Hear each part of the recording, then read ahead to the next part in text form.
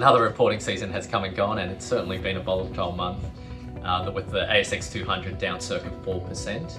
But despite what the price tells you and the price reaction there, fundamentals were generally okay across the board. So we did see a slight deterioration in earnings expectations, but generally speaking, the large bellwether stocks, CBA, JB Hi-Fi, Wesfarmers, all showing a lot of resilience, and there's no fundamental deterioration in the Australian economy. So things holding up okay.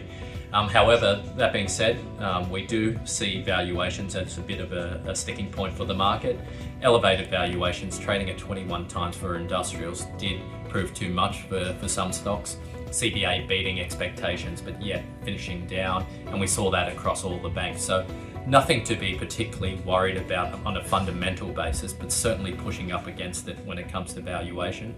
And we saw some profit taking against some of the banks, as well as some of the defensively minded stocks like the healthcare names.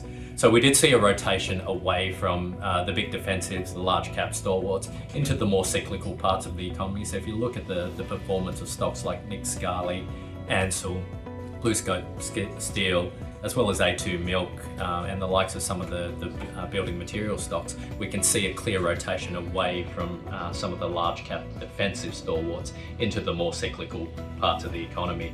Now, with interest rate cuts that we saw through reporting season, we saw the one cut, the RBA move there, as well as the prospects of a much broader growth profile for the ASX. Given the resilience of the Australian economy, we do think that continues, and the rotation away from some of the large cap stalwarts into the more cyclically minded names, we think is a trend that will continue through 2025.